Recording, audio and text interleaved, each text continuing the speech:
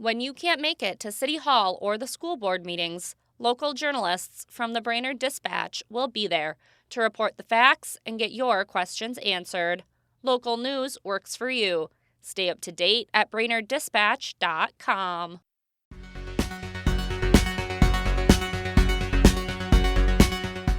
Good morning, Brainerd Lakes area. It's Tuesday, January 13th. I'm Teresa Burke with your Brainerd Dispatch Minute, the weekday podcast of the Brainerd Dispatch, brought to you by Boyd & Francis Law Firm, catching you up on the news of the Brainerd Lakes area. Here are today's top local headlines. But first, let's hear from our sponsor. Remember just two things. Boyd & Francis, good.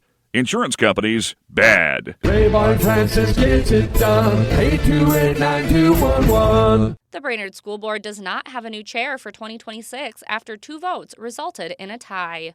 Board members took nominations for a new chair during their annual organizational meeting last night. The 2 nominees were DJ Donlinger and Sarah Spear, who currently serves as chair. The votes were split 3-3 for both. Each nominee spoke about their desire to be chair. The board agreed to hold off on the decision until February, after which much of the superintendent search is expected to be completed. I've got the full story in today's e-edition and at BrainerdDispatch.com. More than 250 people attended a candlelight vigil for Renee Good on Sunday at First Congregational United Christ Church in Brainerd. Good was shot dead in her car by a federal Immigration and Customs Enforcement agent in Minneapolis last week. The event set off protests and a sharp debate about the circumstances surrounding her killing. The candlelight vigil was organized by Brainerd Lakes Area Indivisible as part of the National Ice Out for Good weekend of peaceful gatherings across the country. Find a photo and more info on the vigil in today's Dispatch e-edition. From former Dispatch publisher Terry McCullough's column, This Was Brainerd, Exploring the Dispatch Archives, here's today's tidbit of local history, brought to you by Mills Automotive Group. 30 years ago today, in 1996, the Dispatch reported that the Warrior adapted floor hockey team opened its first season with a bang, scoring 10 goals. Leading 3-2, Brainerd exploded for 7 goals in the third period to crush visiting White Bear Lake. It's Brainerd's first season in the newly adopted Minnesota High School League activity.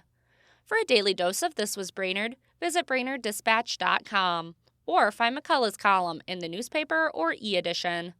Now here's today's Lakes area forecast, brought to you by JN Tree Service and Landscaping. Storm Tracker. Here's the forecast for the Brainerd area. For your Tuesday across Minnesota Lakes Country, we'll look out for overcast skies with a shower of rain or maybe a few wet snowflakes possible, mainly in the morning hours. Otherwise, afternoon highs reach the upper 30s with breezy west-northwesterly winds at 15 to 25 miles an hour sustained. For tonight, we'll look out for decreasing clouds with temperatures falling into the single digits and breezy winds out of the northwest continuing, still at 15 to 25 miles an hour sustained.